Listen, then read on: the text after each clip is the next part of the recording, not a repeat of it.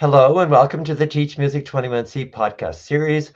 I'm Merlin Thompson, the creator and founder of Teach Music 21C, a community of music teachers empowering music students as lifelong music makers, as recreational amateurs who make music for the value it brings to their lives.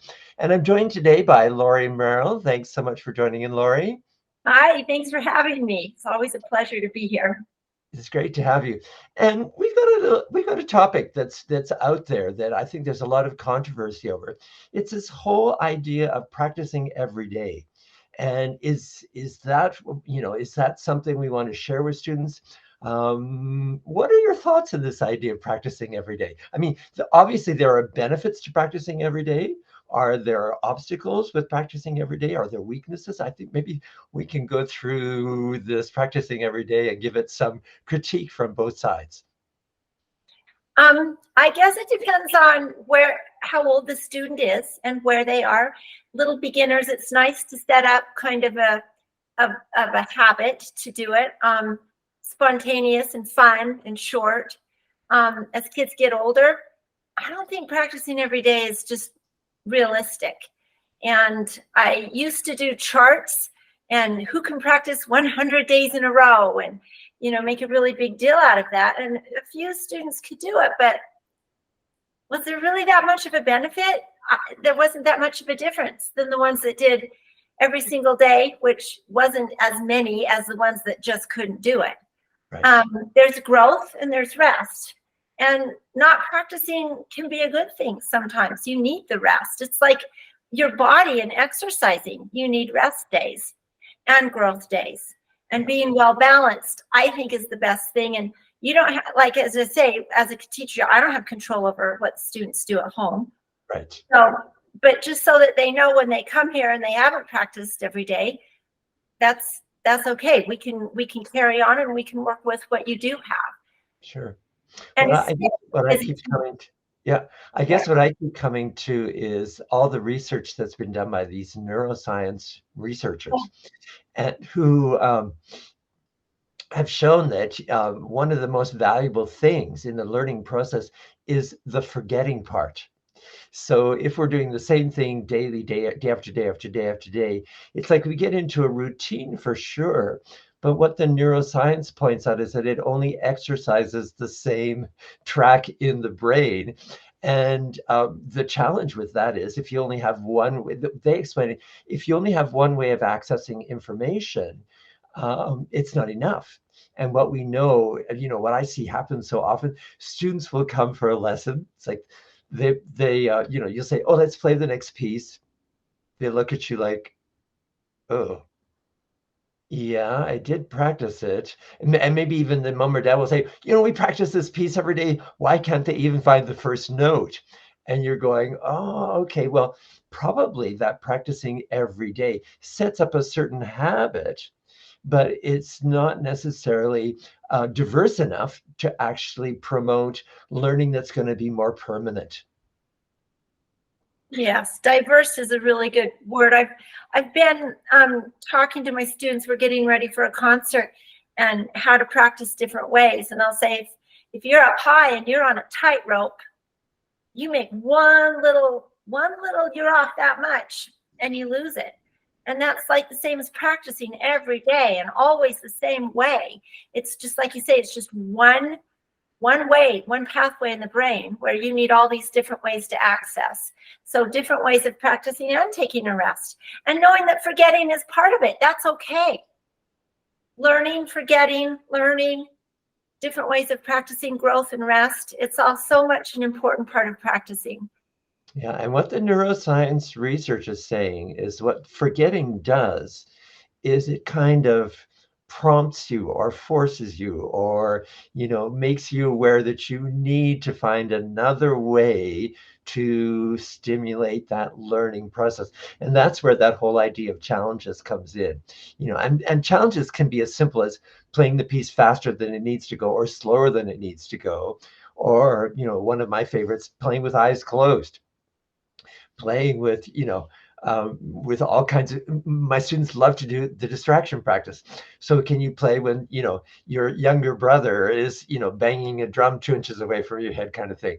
So all of those things really, empower students to develop alternative ways of reinforcing their learning so that when they come to a concert situation or even when they just, want to test themselves out 2 days away, they've got a greater amount of tools in terms of how they can create their own success.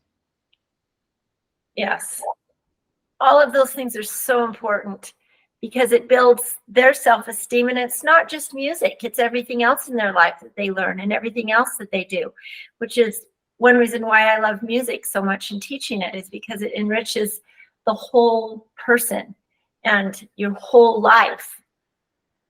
And those kind of learning tools are so important to know and so important to teach and reinforce and let them learn those ways, because it's so enriching to their entire life. Yeah, you really got it, because I love when the transfer of learning takes place. And I always remember one of my students doing a high school project, and I asked him, so, have you noticed anything in your development at school? And he said, well, there was a point when I always talk. He was a swimmer. So he used to use swimming analogies all the time whenever he was doing a presentation at school. But after a while, it became, no, we're not going to use the swimming analogy. He's going to use music analogies and all the things that he's gained from learning to play a musical instrument.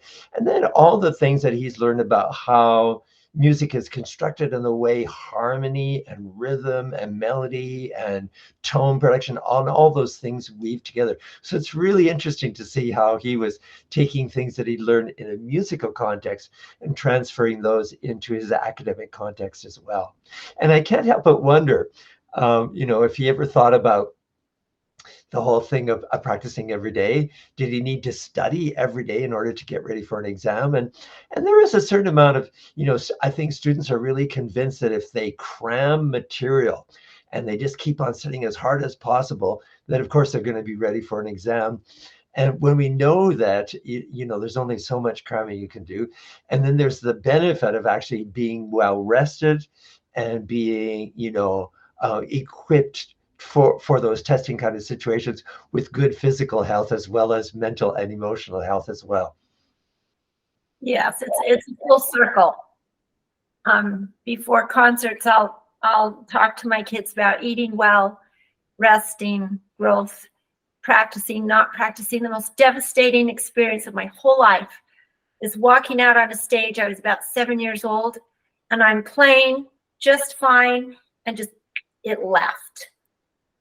And there was nothing I could do. I barely recognized the keyboard. I was so devastated, and I just had to get up and walk out. Yeah. And I always thought about that.